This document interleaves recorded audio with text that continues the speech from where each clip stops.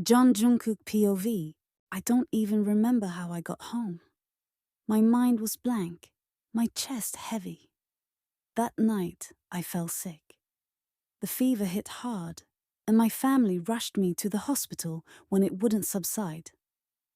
The doctor diagnosed me with a high fever and alarmingly low platelets. They said I needed to stay for observation. But the pain in my body wasn't just from the fever, it was from my heart.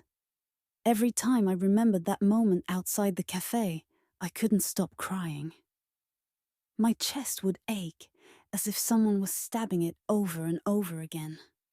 I spent 2 weeks in the hospital, unable to think about anything else, unable to let go of the memories that haunted me.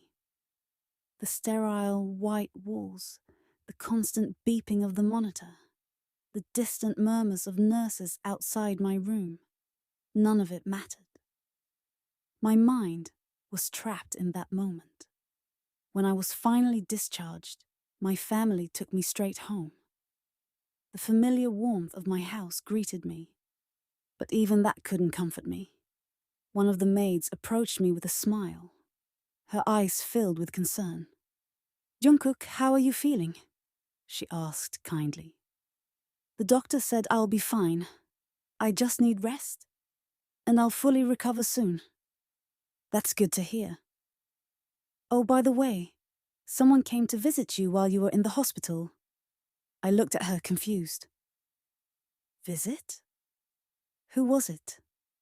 "I'm not sure who it was, but they left something for you," she replied, handing me a handkerchief. My breath caught as I stared at it. The fabric, the delicate embroidery on the edge, it was unmistakable. This was mine, my favorite handkerchief, the one I had lost years ago. I held it tightly, memories flooding back. How did they find it? Why now? Did they say anything? Was it a boy or a girl? I asked, my voice trembling. The maid shook her head. They didn't say much, just that they knew it belonged to you. They left right after I told them you were in the hospital.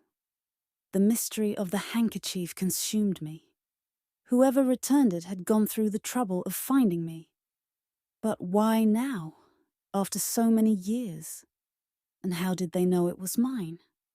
All day I thought about the guy who had given me my handkerchief. The maid mentioned he was tall and obviously wealthy. A part of me hoped it was the guy from the café, but I knew I was just fooling myself. It was almost 1 a.m. when I finally fell asleep, still lost in thoughts of my dream in the hospital. I had dreamed about the café, about him. In the dream, he visited me, held my hand, and whispered that everything would be okay.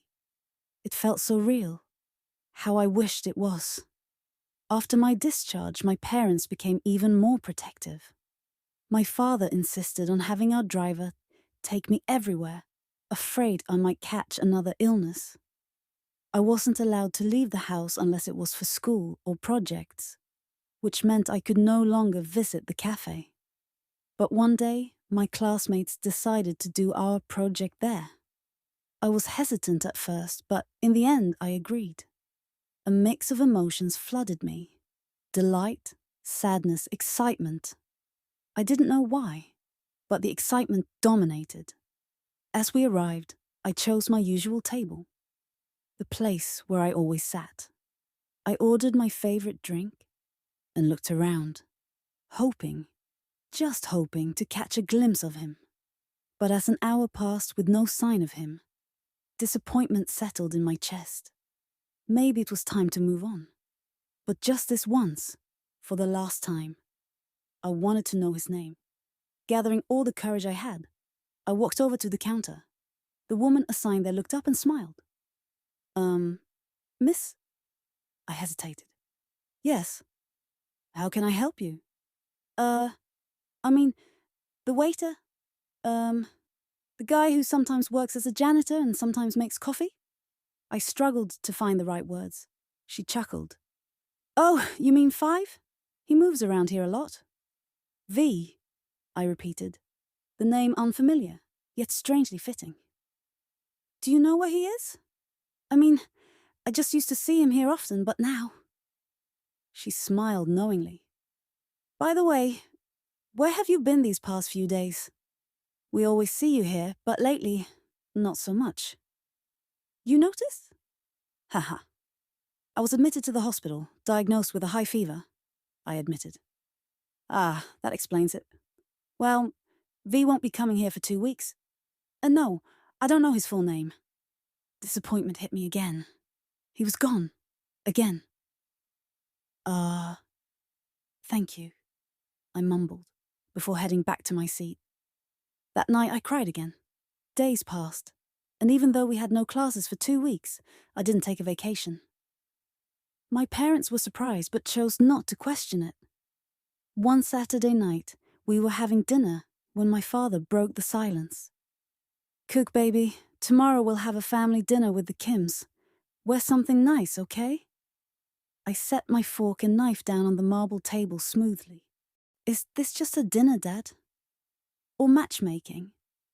I asked in a moderate tone. I already expected this. Families like ours often arrange marriages. People thought we lived in luxury, but half of our dreams were never our own. My father gave me a smile. You know it too well, son. Please understand, we're doing this for you. I nodded, not arguing. I would be arranged with the son of the Kims. Maybe this could help me move on. The next evening, we arrived at a grand hotel. The front desk led us through an exquisite corridor covered in red carpet.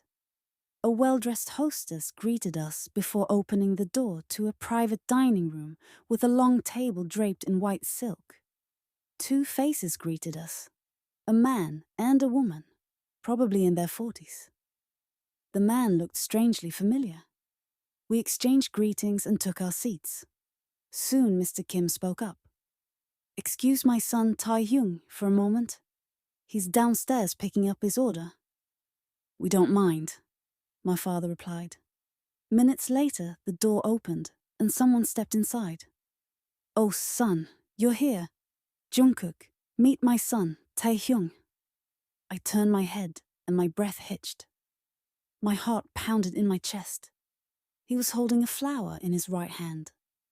And my favorite drink from the café. Am I dreaming? I didn't know what came over me, but suddenly I stood up and ran to him, wrapping my arms around him as tears streamed down my face. And then, to my surprise, I felt him hug me back. Hi, he whispered. I held on tighter, afraid to let go, afraid that if I did, he would disappear again.